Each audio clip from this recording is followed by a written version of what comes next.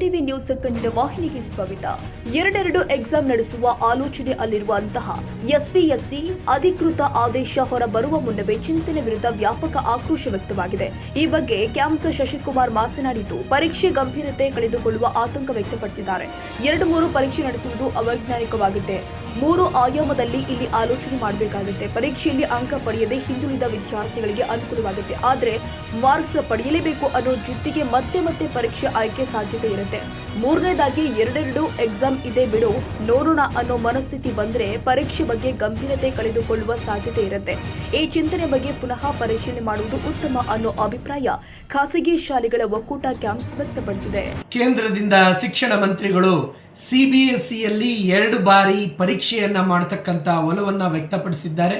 ಒಂದು ಕಡೆ ಇದು ಕೆಲ ವಿದ್ಯಾರ್ಥಿಗಳಿಗೆ ಒಳ್ಳೆಯದಾದರೆ ಕೆಲ ವಿದ್ಯಾರ್ಥಿಗಳಿಗೆ ಇನ್ನೊಂದಷ್ಟು ಒತ್ತಡಕ್ಕೆ ಪೂರಕವಾಗಿರುತ್ತೆ. ಕಾರಣ ಇಷ್ಟೇ, ಅನೇಕ ಈ ರ್ಯಾಟ್ ರೇಸ್ ಇದೆ ಇವತ್ತಿನ ದಿನ ಸಮಾಜದಲ್ಲಿ. ಒಂದೊಂದು ಅಂಕ ಕೂಡ ಗಳಿಸುವಂಥ ಪ್ರಯತ್ನದಲ್ಲಿ ಇರ್ತಕ್ಕಂಥ ಮಕ್ಕಳಿಗೆ ಇದು ಒಂದು ರೀತಿಯಲ್ಲಿ ಒತ್ತಡ ಆಗುತ್ತೆ.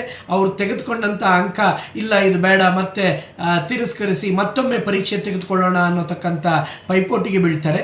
ಇನ್ನು ಕೆಲವು ಮಕ್ಕಳಿಗೆ ಯಾರು ಕಮ್ಮಿ ಅಂಕ ಗಳಿಸಿದ್ದಾರೆ, ಹೆಚ್ಚು ಅಂಕ ಗಳಿಸುವಂಥ ಹಿನ್ನೆಲೆ ಒಂದಾದರೆ, ಇನ್ನು ಕೆಲವರು ಯಾರು ಅನುತ್ತೀರ್ಣ ಆಗ್ತಾರೆ ಅಂಥವರಿಗೆ ಇನ್ನೊಂದು ಅವಕಾಶ ಕಲ್ಪಿಸ್ಕೊಟ್ಟಂಗಾಗುತ್ತೆ. 2 ರೀತಿಯಲ್ಲಿ ನೋಡಿದ್ರೆ 3ನೇ ಆಯಾಮ ಇರುತ್ತೆ. ಮಕ್ಕಳ ಒಂದು ರೀತಿಯಲ್ಲಿ ಕೇರ್ಲೆಸ್ ಅಲ್ಲಿ ಈ ಬಿಡು ಇನ್ನೊಂದು ಬಾರಿ ಇದೆಯಲ್ಲ ಗಳಿಸೋಣ, ಪಾಸ್ ಆಗೋಣ ಅನ್ನತಕ್ಕಂಥದ್ದು. ಎಲ್ಲೋ ಒಂದು ಕಡೆ 2-3 ಪರೀಕ್ಷೆಗಳು ಕೊಡೋದು ಅವೈಜ್ಞಾನಿಕ. ಅದರಿಂದ ಸಾಮಾನ್ಯವಾಗಿ ಮೊದಲಿಂದ ಬಂದಿರತಕ್ಕಂಥ ಪ್ರಕ್ರಿಯೆ 1 ಬಾರಿ ಪರೀಕ್ಷೆ ಕೊಟ್ಟು ಮತ್ತೆ ಅವ್ರಿಗೆ ಹೆಂಗಿದ್ರೂ ಕೂಡ 2ನೇ ಅವಕಾಶ ಅಲ್ಲಿ ಅನುತ್ತೀರ್ಣ ಆದರೆ ಅವಕಾಶ ಇದ್ದೇ ಇರುತ್ತೆ.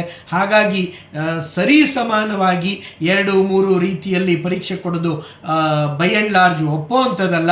ಆದರೆ ಇದಕ್ಕೆ ಈಗಾಗಲೇ ನಾಗರಿಕರಿಂದ ಅಥವಾ ಶಿಕ್ಷಣ ವ್ಯವಸ್ಥೆಯಿಂದ ಅಭಿಪ್ರಾಯವನ್ನು ಸಂಗ್ರಹಿಸೋದು ಕೂಡ ಒಂದು ರೀತಿಯಾದ ಆರೋಗ್ಯವಾದ ಬೆಳವಣಿಗೆ ಅನ್ನತಕ್ಕಂಥ ಅಭಿಪ್ರಾಯವನ್ನು ವ್ಯಕ್ತಪಡಿಸ್ತೇನೆ.